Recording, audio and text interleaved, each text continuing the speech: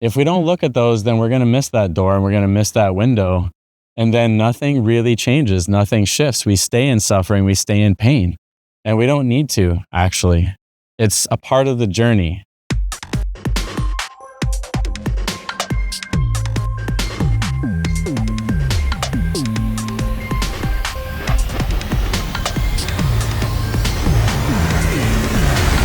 This is an interesting part of the journey. Where to begin? I suppose what I've become aware of is that I am on a journey of reconnection. And along with me, the rest of humanity. The curious thing about being a practitioner, all the different titles, being a healer, doctor, if we drop the titles, it just brings us all back to being human. I'm a person, you're a person, we're all people, we're all living here on this beautiful planet. And all these deeper questions can start to emerge in a really beautiful ways. What are we here for? What are we doing while we're here? Where do we source meaning in our lives? And I think the connection part of this is that I've discovered through my own healing journey and through working with thousands of people in person, in the clinic, at events, at retreats, all of these different places and spaces, that I'm offering people a map and a guide in one way or another, that I would maybe be a guide in this example, to help them come back to themselves, to help them reconnect with those places that have been disconnected, places that have been lost and forgotten, dreams, ideas, love. Reconnection is what's happening. And I've realized the more I've done that with those around me, with patients, with thousands of visits, that I am also seeking reconnection within myself, and it's happening. Where I am along that step of the journey, I don't really know. But what I do know, now that I have more awareness around the truth of what's underneath, it gives me a new lens to think about my work and think about what I'm doing in the world and who I'm becoming. And it also gives me a different lens to look back on all the choices and decisions I made along the way. Really, I was just seeking to be reconnected inside. And one of the ways we can do that is through others, being a witness to us and us being a witness to them as humans, looking in their eyes, feeling them, seeing them, experiencing the dynamics between two humans and many humans, that we're all just actually reflecting and mirroring one another back to the places where we're not feeling whole or not feeling connected. So my work as a doctor is transforming and changing a lot because I'm transforming and changing a lot. What I see with the planet is transforming and changing a lot. There's so much energy moving and shifting both in a global center and the center of each of us, the heart of each individual person on this planet. There's a beautiful way of looking at the oneness, that if there's a large central sun, that we are all a sun ray, like a beam of light from, that we come from the same source. So why should that be any different in our time here on this planet?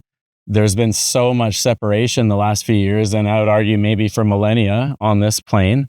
And this is where I see the greatest experience of reconnection, is when somebody realizes that they're not separate from the world around them. They're not separate from the individuals in their lives.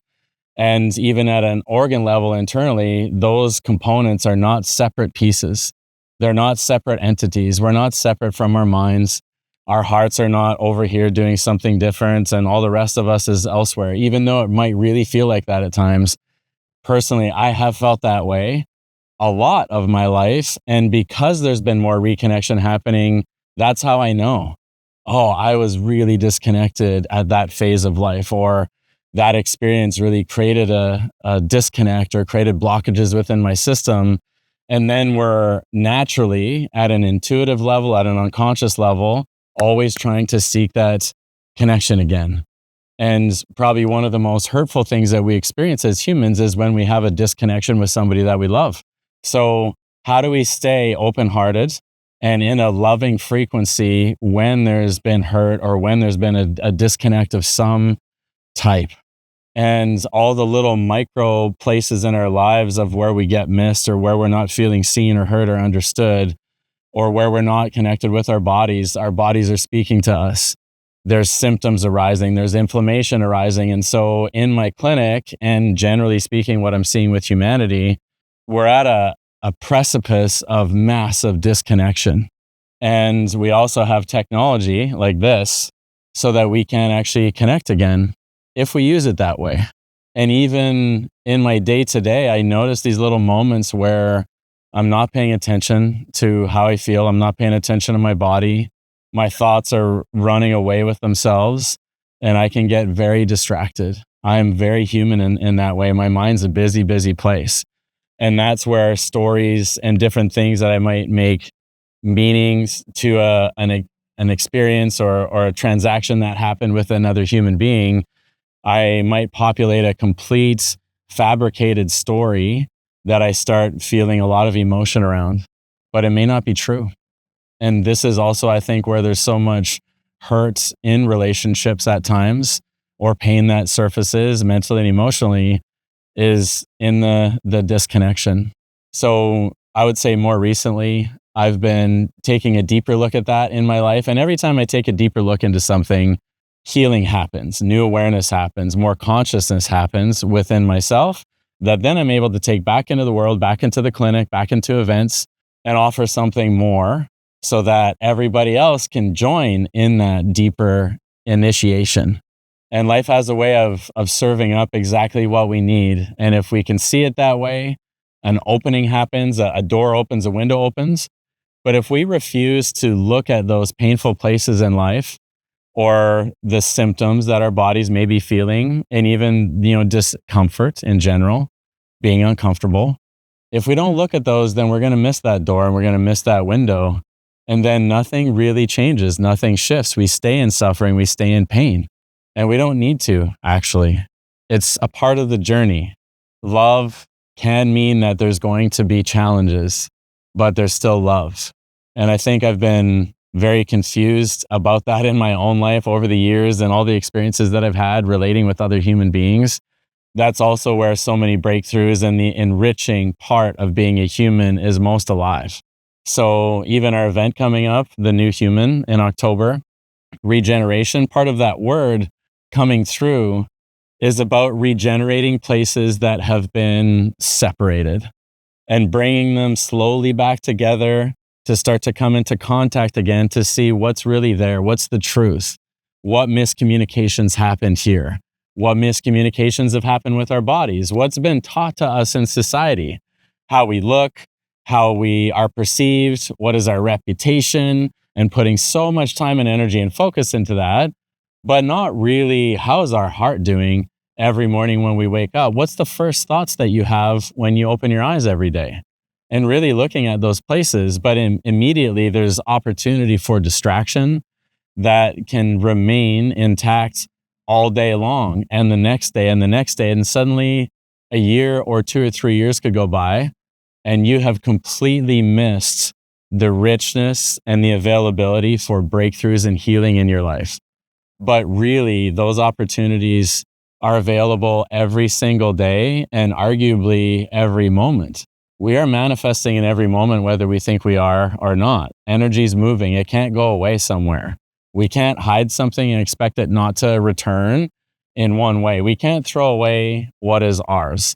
So anything that we're trying to separate within our system, anything that we're trying to suppress, we're in a very suppressive society right now. A lot's changing, true.